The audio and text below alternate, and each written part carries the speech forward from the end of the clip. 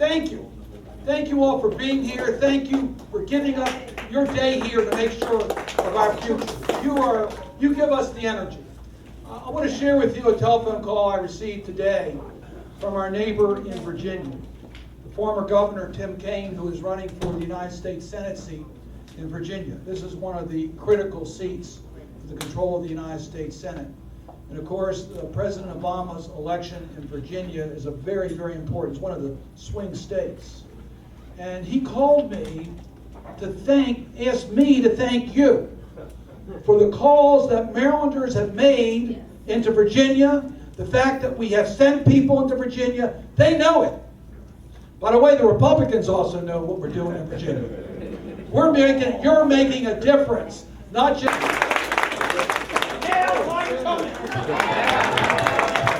Good evening, everybody. Give Reverend Ben a hand. I am so honored to serve with Ben Cardin. He synchronizes his conscience with his conduct.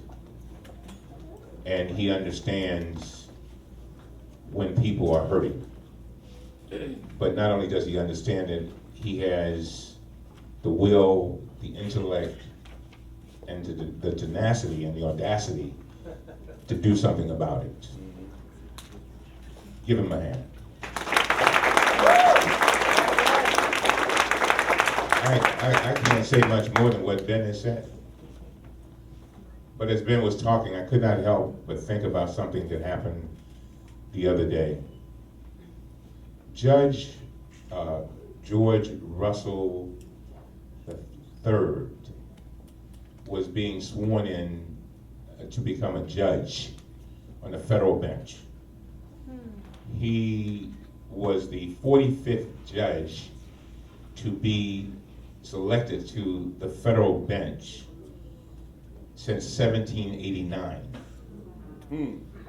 And Ben, it was one of the most memorable occasions. Ben was there. And something happened during that ceremony that I want to share with you that is imprinted in the DNA of every cell of my brain. When they got ready to robe the judge, his son, who is 10 years old, began to walk his father up to the bench to give his speech. And the little boy broke out in tears. So I was nosy, and I interviewed the little boy because I felt like he had something to tell me.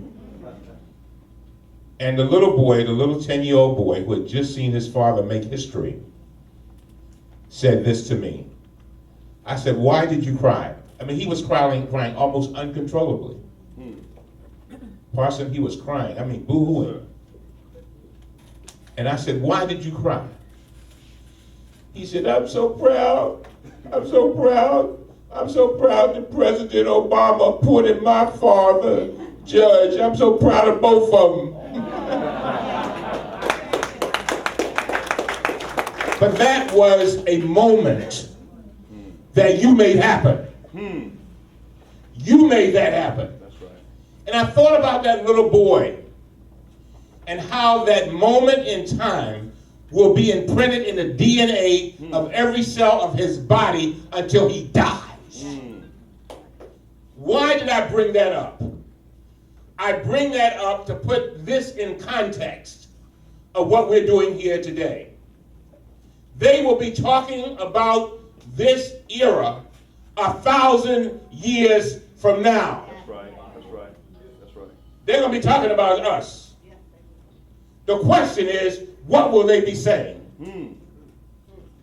Will they say that we stood on the sidelines and allowed our first president of color to fall by the wayside? Will they say that we supported him? Will they say that we got out there and made a difference? I'm so glad when I walked in the room to be able to say to those who will come after us that we, as Ben said, this is our watch, and we are on watch, right. and we are going to make a difference. Right. And I have stopped by here to thank each and every one of you for being a part of history. That's what this is all about. That's what this is all about. That's what it's about. And so, we have a president that came forward, and I thought, I keep thinking, there's so many lessons in this, and I'm not going to be long, but I want you to think about something. I should never forget, about a year or so before, I guess it was the year of 2008, this is 2007. I'll never forget, President Obama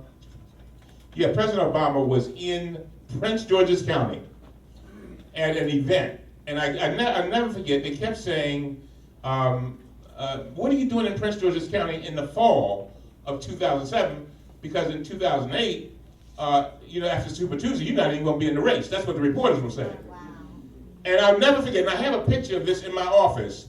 The president is sitting on a couch talking to the press, and he said, I will win. I'm going to win. And what they were saying, they had already predicted that he would not be successful. And I said to him, and I said, Mr. President, this is a lesson for all of us, because I want us to be empowered by this. The president will serve another 4 years, but the question is, what will happen to us after the 4 years? That's right. What will happen? And we need to be inspired by our own efforts. Right. He said something that I will never forget as long as I live.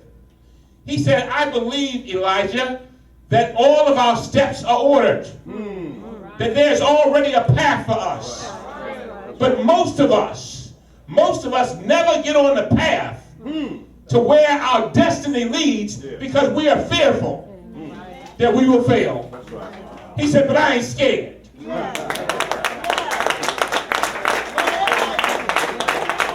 And what I'm trying to tell you is that what we are doing here is not just about Ben Cardin, Elijah Cummings, Barack Obama. It is about us and generations yet unborn. That's what this is all about. We must be empowered by our own efforts. That's right.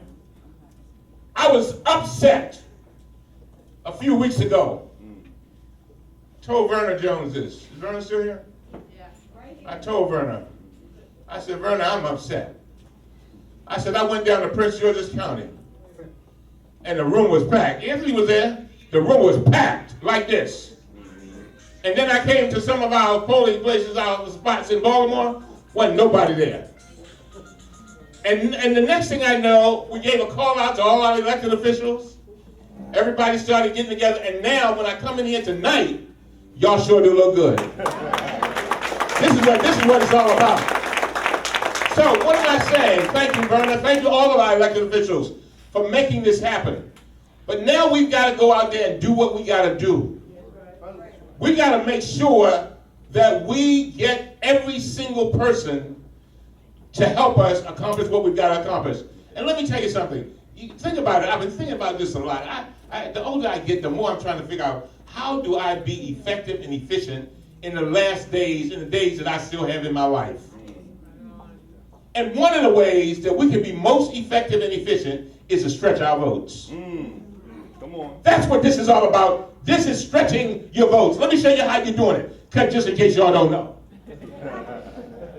First of all, just your being here means that you're a leader in your own house.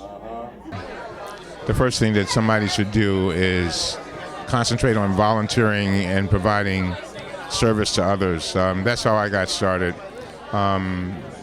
Volunteering and getting involved in my neighborhood association, get involved in the political clubs, and get involved in things like tutoring. People want leaders who are willing to serve. I don't know too many leaders that have been too effective if they have not served first.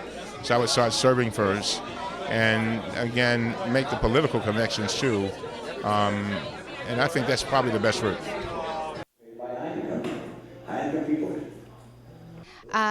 Hello everyone, my name is Hope Williams. I am the regional lead for Baltimore City for the Maryland Coordinated Campaign is for the Obama for America campaign. We just want people to know the urgency of now. We elected a wonderful national, world-renowned leader in 2008. He said it in 2008 that this is our time, this is our moment, and that still stands true to today.